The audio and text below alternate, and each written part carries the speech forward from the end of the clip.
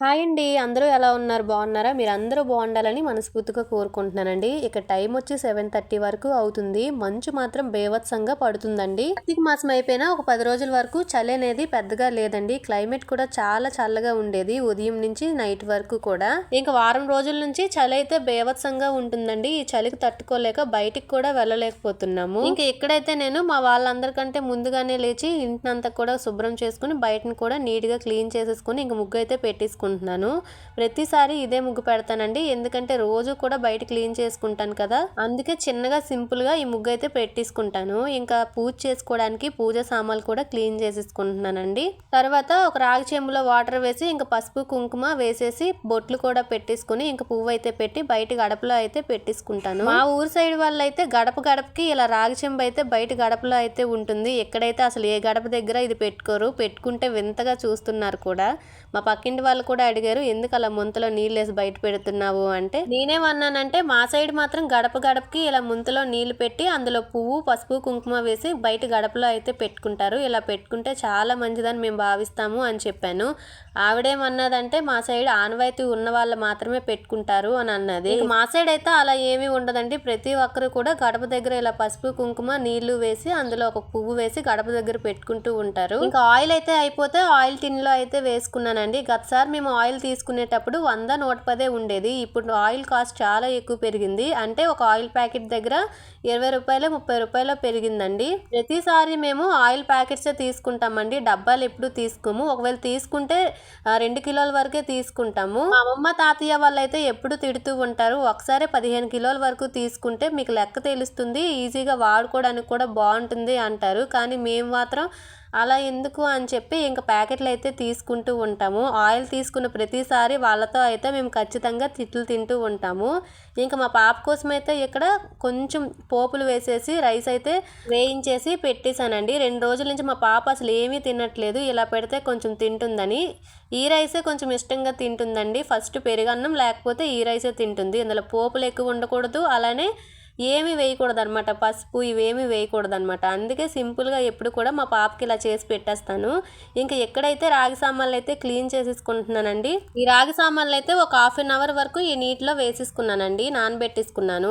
ఈ వాటర్లో ఏమేమి కలిపాను అంటే వెనిగరు, నిమ్మప్పు, అలానే సాల్ట్, అదేనండి మనం రోజు వంటల్లోకి వాడుకుంటాం కదా, ఆ సాల్ట్ వేసుకుని గ్లాసు చెంబు మునిగినంత వరకు వాటర్ వేసి మొత్తం గుల్లించి ఇంకా గిన్నెలో అయితే ఈ చెంబుని గ్లాస్ని అయితే వేసేసుకుని నానబెట్టేసుకున్నాను. ఇలా నానబెట్టి ఆ గ్లాసులు దోముకున్నట్లయితే చాలా నీట్ గా క్లీన్ అయిపోతాయండి. ఎక్కువ శ్రమ పడవలసిన అవసరం లేదు. ఒక 20-30 నిమిషాల తర్వాత వాటిని బయటికి తీసి నీట్ గా ఒక స్క్రబ్బర్ తో క్లీన్ చేసుకున్నట్లయితే చాలా నీట్ గా క్లీన్ అయిపోతాయి. అప్పుడప్పుడు ఇలా చేస్తూ ఉండండి. ఎంత గార పెట్టిన రాగి పాత్రలు అయినా సరే చాలా నీట్ గా క్లీన్ అయిపోతాయి. ఇంకా సాయంకాలం నుంచి మా పాప కోసం పానీపూరి చేద్దామని చెప్పి పిండిని అయితే కలుపుకొని పక్కన పెట్టేసుకున్నాను.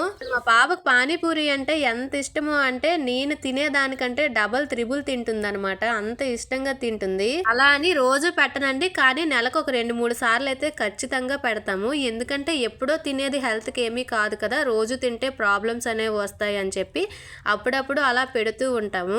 ఇక్కడైతే నేను పానీపూరీలను అయితే ప్రిపేర్ చేస్తున్నానండి. సడన్ గా అడిగింది మా పాప అయితే, అందుకే నేను కాబూజీ బఠానీ అలానే నార్మల్ బఠానీలు ఇవేమీ కూడా నానబెట్టుకోలేదు. అందుకే ఇంట్లోని అప్పటికప్పుడు పిండిని కలిపి నానబెట్టుకొని ఇంకా ఒక పావు గంట తర్వాత ఇలా పూరీలు అయితే చేసేసుకుంటున్నాను. ఇంకా మా ఆయన అయితే బయట నుంచి పానీపూరి తీసుకొని వస్తానన్నారు. 30 రూపాయలు తీసుకొని వస్తే ఒక 15 పానీపూరీలు అయితే ఇస్తారండి. ఆ 15 పానీపూరీలు మాకెక్కడ సరిపోతాయి, ఒక్కొక్కరిమే తినేస్తాము ఆ 15 పానీపూరీలు.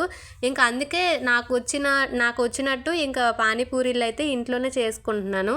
ఊరెళ్ళేటప్పుడు 1 కేజీ వరకు పానీపూరి హోమ్ మేడ్ ఉంటాయి కదండి, ఆ ప్యాకెట్స్ అయితే తీసుకొని వచ్చాను. కాకపోతే అవి అలానే ఉన్నాయి. అవి వేయిస్తే ఇంక మా పాప అయితే తినట్లేదు అనమాట. అందుకే ఇంట్లోనే హెల్దీగా ఇలా ఉప్మా రవ్వ, కొంచెం గోధుమ పిండి వేసి, కొంచెం ఉప్పు, అలానే కొంచెం వంట సాల్ట్ వేసి మొత్తం కలిపేసుకుని ఒక 10 నిమిషాలు పావు గంట పాటు పక్కన పెట్టేసుకున్నాను. పావు గంట తర్వాత ఒక చపాతీ ముద్దలా చేసుకుని ఏదైనా రౌండ్గా ఉండే దాంతోనైతే మనం పూరిలా చిన్న చిన్న పూరిలా చేసుకుని ఆయిల్లో వేసుకుంటే ఇలా పానీపూరి షేప్ అయితే వచ్చేస్తుందండి. చాలా బాగుంటాయి. మనం ఇంట్లో కూడా ఈజీగా చేసేసుకోవచ్చు. ఇంకా మా ఆయన అయితే డ్యూటీ నుంచి వచ్చి పానీపూరి అయితే తీసుకొని వచ్చారు. ఇంకా మేము తినడం అయితే స్టార్ట్ చేసేసాము. మా పాపకి ఇంత అంత ఇష్టం కాదండి, చాలా ఇష్టంగా తింటుంది. ఇంకా ఉదయం అయితే పెసలు వంకాయ కూర అయితే చేశాను కదా, అది కొంచెం ఉండిపోయిందండి. దాంతోపాటు కొంచెం పకోడీలు అయితే వేసుకుందామని చెప్పి ఇంట్లో కొంచెం పకోడీ పిండే ఉంది. ఇంకా ఆ పిండితో అయితే పకోడీలు వేసేద్దామని చెప్పి ప్రిపరేషన్ స్టార్ట్ చేశాను. ఎప్పుడైనా ఉదయం వండిన కర్రీ రాత్రికి మిగిలిపోయిందే అనుకోండి, ఇలా పకోడీలు గానీ బజ్జీలు గానీ వేసుకొని తింటాము ప్రతిసారి కూడా. మా ఆయన నేను ఇష్టంగా తింటామండి, బజ్జీలు అయినా ఈ పకోడీ అయినా సరే. ఇంకా ఇక్కడ పిండి అయితే కొంచెం జారుగా అయిపోయింది. పర్వాలే, పిండి ఇలా జారుగా ఉంటే పకోడీలు వేగుతున్న కొద్దీ క్రిస్పీగా ఉంటాయి అని చెప్పి ఇంకా వేసేసాను. నిజం చెప్పాలి అంటే చాలా తక్కువ పకోడీలు అయితే వేసానండి, ఎందుకంటే పిండి లాస్ట్ అయిపోయింది అనమాట. ఈ వారంలో ఎక్కువ సార్లు బజ్జీలు అయితే వేసుకొని తినేసాము. ఇంకా నాకైతే ఊరు ఎప్పుడెప్పుడు వెళ్తామా అనిపిస్తూ ఉంది, ఎందుకంటే సంక్రాంతి అంటే మనకు పెద్ద పండగ కదా. సంక్రాంతికి ఊరు వెళ్ళేటప్పుడు మా ఊర్లో సంక్రాంతి పండుగ మేము ఎలా సెలబ్రేట్ చేసుకుంటామో అనేది మంచిగా వీడియోస్ తీసి మీ అందరితో షేర్ చేసుకుంటాను. ఇంకా ఇక్కడ పకోడీలు అయితే అయిపోయాయండి, వేడివేడిగా అన్నం కూడా అయిపోయింది. ఇంకా అన్నం అయితే ప్లేట్ లో పెట్టేసుకుని మార్నింగ్ మిగిలిపోయిన కర్రీ కూడా పెట్టేసుకుని ఇంకా అన్నం అయితే తినేసాము. ఇంకా మా పాపకు కూడా ఇక్కడ పెరుగన్నం అయితే తినిపించానండి. ఇంకా మేము కూడా తినేసాము. ఇంకా వీడియో అయితే ఇక్కడికి ఎండ్ చేసేస్తున్నాను. ఈ వీడియో నచ్చినట్లయితే ఒక లైక్ చేసి నా ఛానల్ని సబ్స్క్రైబ్ చేసుకోండి. Thank you for watching.